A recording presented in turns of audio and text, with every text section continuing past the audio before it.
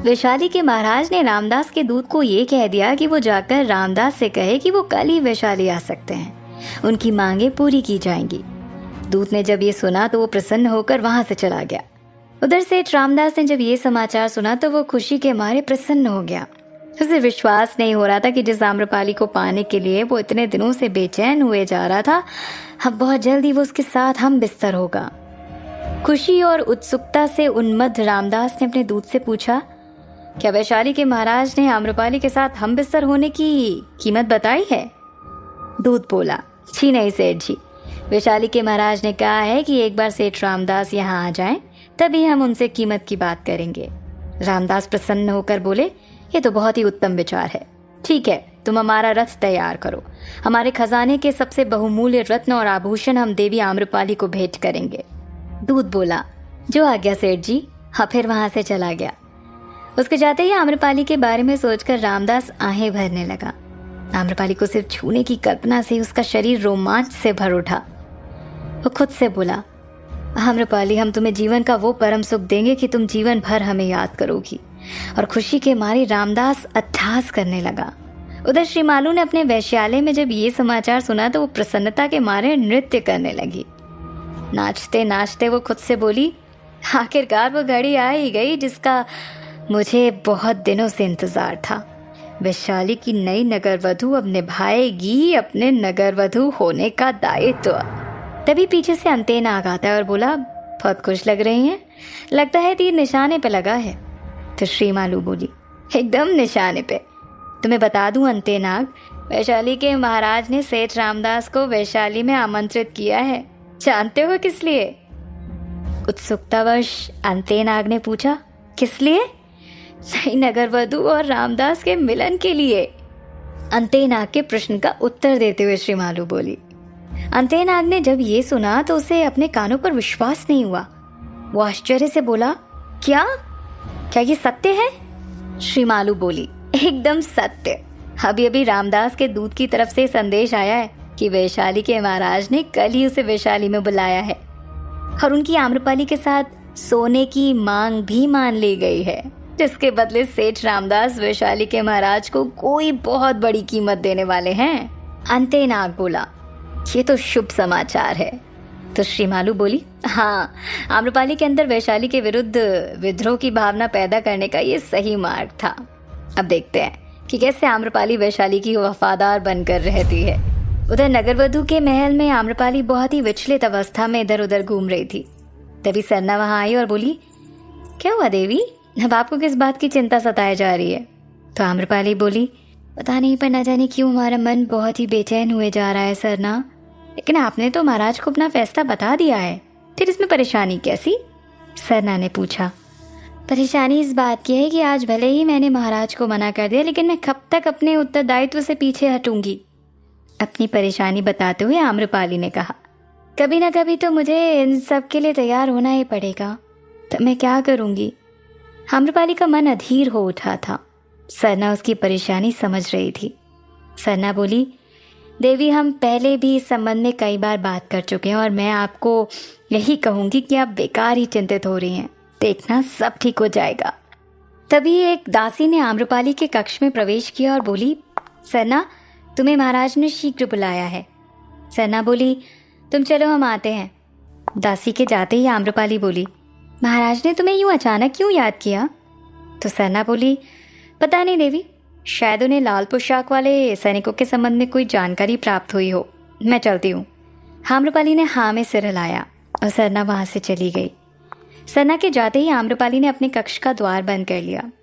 इधर सरना महाराज के कक्ष में पहुंची तो वहां महामंत्री पहले से ही उपस्थित थे। सरना ने दोनों का अभिवादन किया और बोली, महाराज, आपने मुझे याद किया? तो महाराज बोले, हाँ सरना, तुम्हें अभी इसी समय वैशाली की सीमा पर जाकर वहाँ हमारे गुप्तचरों से मिलना होगा। सरना बोली, इस तरह अचानक? सब ठीक तो है ना महाराज?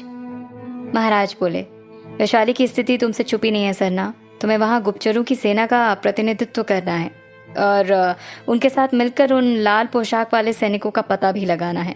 सरना बोलती है, ठीक है महाराज। तो राजा ने कहा, तुम तुरंत प्रस्थान करो। सरना ने एक बार फिर से सिर झुकाकर राजा को प्रणाम किया और वहां से चली गई। उसके जाते ही महाराज और मंत्री के चेहरे पर एक कुटिल मुस्कान छा गई। मंत्री बोले, ये अच्छी योजना थी महाराज, सना को आम्रपाली से दूर करना आवश्यक था। हाँ मंत्री जी, सना अगर आम्रपाली के साथ रही तो शायद हमारे लिए परेशानी हो सकती है, क्योंकि दोनों के संबंध काफी मजबूत हो चुके हैं और हम इस परिस्थिति में आती हुई लक्ष्मी को ठुकरा नहीं सकते, राजा ने कहा। लेकिन मंत्री जी ने आगे महाराज से कहा, जी महाराज, कल रामदास यहाँ आएंगे और तब हम उनसे मुंह मांगी कीमत वसूलेंगे। लेकिन महाराज, हम उनकी इच्छा पूरी कैसे करेंगे? मंत्री जी ने अपनी शंका महाराज के समक्ष रखी। उसका उपाय भी हमें शीघ्र ही ढूंढना होगा, राजा ने कहा। इधर सेठ रामदास अपने दल बल के साथ वैशाली की तरफ चलने को तैयार हो रहे थे। तभी श्री मालू ने उनके कक्ष में प्रवेश किया और उन्हें शुभकामनाएं देते हुए बोली, मान गए आपको सेठ जी, आखिरकार आपने वो हीरा पा ही लिया जिसकी चाहत न जाने कितने ही लोगों के मन में है। पाया कहाँ है श्री मालू? पाएंगे तो अब, रामदास ने कहा। तो श्री मालू बोली, अरे आप चिंता क्यों कर रहे हैं, बस एक रात्रि और फिर आम्रपाली आपकी बाहों में होगी।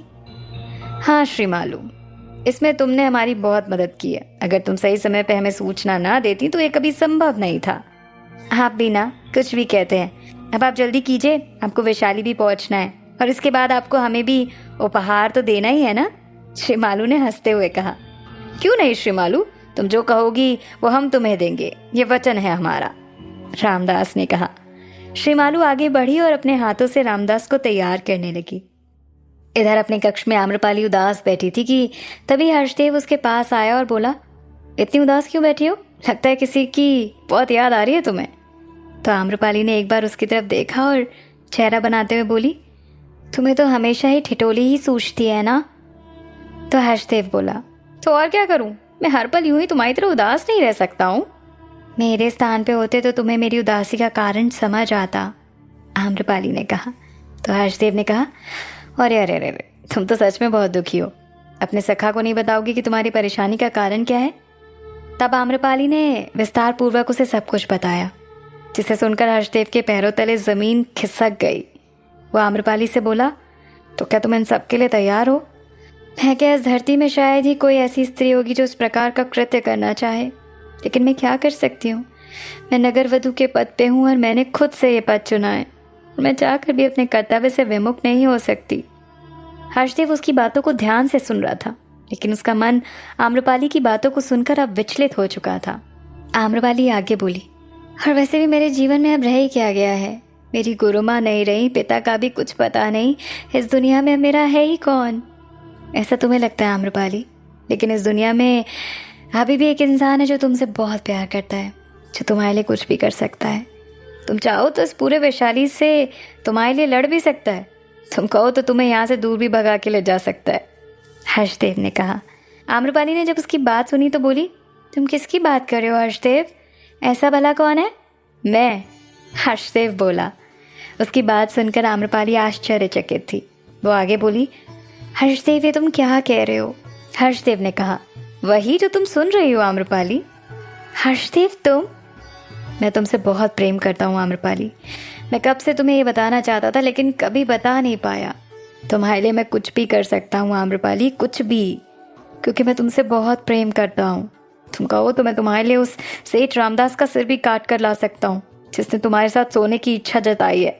बस एक विनती है मेरी, मेरा प्रेम मत ठुकराना। आम्रपाली ने जब ये सुना तो उसे अपने कानों पर विश्वास ही नहीं हुआ। वो हर्षदेव को सबसे अच्छा मित्र मानती थी अपना, लेकिन उसने कभी नहीं सोचा था कि हर्षदेव उससे इतना प्रेम करता है। आम्रपाली ने आगे बढ़कर हर्षदेव को गले से लगा लिया। हर्षदेव ने उसे कसकर अपनी बाहों में जकड़ लिया। दोनों की आंखों से प्रेम की अश्रु की धारा बह रही थी। रोते रोते आम्रपाली बोली, जब इतना प्रेम था तो आज तक बताया क्यों नहीं? क्योंकि मैं डरता था आम्रपाली कि कहीं तुम्हें बुरा ना लग जाए। तुम्हें पता है ना कि मैं तुम्हें कभी उदास नहीं देख सकता। दोनों एक दूसरे को कसकर पकड़े हुए थे। आम्रपाली को अपनी किस्मत पे बहुत क्रोध आ रहा था कि आज उसे कोई सच्चा प्रेम करने वाला मिला है, तो ऐसी परिस्थिति में उसे समझ ही नहीं आ रहा था कि वो क्या करे। आम्रपाली बोली, हर्षदेव काश कि तुमने पहले ही मुझे अपने प्रेम के बारे में बताया होता तो मैं कभी वैशाली लौट के ही नहीं आती। तो हर्षदेव बोला, ये गलती हो गई मुझसे आम्रपाली। आम्रपाली ने कहा, हम चाहकर भी कुछ नहीं कर सकते ना हर्षदेव। ऐसा तुम्हें लगता है आम्रपाली, लेकिन अभी भी एक तरीका है जिससे हम दोनों एक हो सकते हैं। उत्सुकतावश आम्रपाली ने पूछा, और वो क्या तरीका है? हर्षदेव बोला, गंधर्व विवाह। ये सुनते ही आम्रपाली एक झटके से हर्षदेव से अलग हो गई और बोली, ये क्या कह रहे हो तुम? गंधर्व विवाह? हाँ आम्रपाली, हम दोनों गंधर्व विवाह कर लेते हैं ना, इससे कोई हमें अलग नहीं कर पाएगा, हर्षदेव बोला। लेकिन हर्षदेव की बात सुनकर आम्रपाली सोच में पड़ गई। उसे सोच में डूबा हुआ देख हर्षदेव ने अपने वस्त्रों के बीच से एक पोटली निकाली और उस पोटली के भीतर से उसने 2 कुश की अंगूठियां निकाली और आम्रपाली को दिखाते हुए बोला, इन्हें पहचानती हो? पूरी तरह से सूख चुके कुश की उन अंगूठियों को देखकर आम्रपाली बोली, ये तो वो अंगूठियां हैं जो मैंने एक बार खेल खेल में बनाई थी। ये तुम्हारे पास, तुमने क्या क्या संभाल के रखा है हर्षदेव? आम्रपाली आश्चर्यचकित थी। तो हर्षदेव बोला, हर वो चीज जिसे तुमने प्रेम से बनाया है और जिससे तुम्हारी यादें जुड़ी हैं, मैंने उन सबको संभाल कर रखा है आम्रपाली। आम्रपाली को विश्वास नहीं हो रहा था कि हर्षदेव सच में उसे इतना प्रेम करता है। उसने वो अंगूठियां उसके हाथ से ले ली। कुछ देर उन्हें देखा, फिर बोली, तो क्यों ना गंधर्व विवाह से पहले आज रात्रि हम दोनों सगाई कर लें? हर्षदेव ने यह सुना तो उसकी खुशी का ठिकाना नहीं रहा। आम्रपाली उससे गंधर्व विवाह के लिए तैयार हो चुकी थी। उसकी आंखों से खुशी के अश्रु छलक पड़े थे। उसने हाँ में सिर हिलाया। आम्रपाली उसे अपने कक्ष के चबूतरे पे ले गई। आज पूर्णमासी की रात्रि थी। चांद की चांदनी से पूरा आसमान जगमगाया हुआ था। आम्रपाली बोली, क्यों ना आज हम इस चांद की रोशनी में अपनी सगाई करें? हर्षदेव ने हाँ में सिर हिलाया और फिर दोनों बड़े ही प्रेम से एक दूसरे को कुश की वो अंगूठियां पहनाते हैं। तब आम्रपाली बोली, सगाई तो हो गई, अब विवाह की बारी है। हर्षदेव बोला, तो चलो कक्ष में। इतनी जल्दी? आज नहीं, आज की रात तो सगाई है, तो आज हम दोनों सिर्फ बातें करेंगे। हम दोनों ने आज तक एक दूसरे से जो कुछ छुपा कर रखा है वो सब एक दूसरे को बताएंगे, आम्रपाली बोली। फिर हर्षदेव कहता है, ये सब तो ठीक है, लेकिन ये बातें कहाँ होंगी? भीतर कक्ष में या फिर यहीं इस चबूतरे में खुले आसमान के नीचे? तो आम्रपाली ने मुस्कुराते हुए कहा, यहीं इसी चबूतरे पर। और एक बार फिर दोनों एक दूसरे की बाहों में आ गए। हर्षदेव ने कसकर आम्रपाली को अपनी बाहों में जकड़ लिया। उसकी ये जकड़ आम्रपाली को अच्छी लग रही थी। वो हर्षदेव की ओर पास गई और अपने चेहरे को उसके चेहरे के बिल्कुल पास ले गई। दोनों की आंखों में एक दूसरे के लिए अथाह प्रेम था। हर्षदेव ने अपने होठ आम्रपाली के होठों की तरफ बढ़ा दिए। जहाँ एक तरफ हर्षदेव और आम्रपाली दोनों ही प्रेम के समुंदर में डूबने के लिए तैयार थे, वहीं कोई था जो चुपके से उन दोनों को देख रहा था। आखिर कौन था ये इंसान? क्या होगा हर्षदेव और आम्रपाली के गंधर्व विवाह का परिणाम? जानने के लिए सुनते रहिए हमारे साथ कहानी आम्रपाली।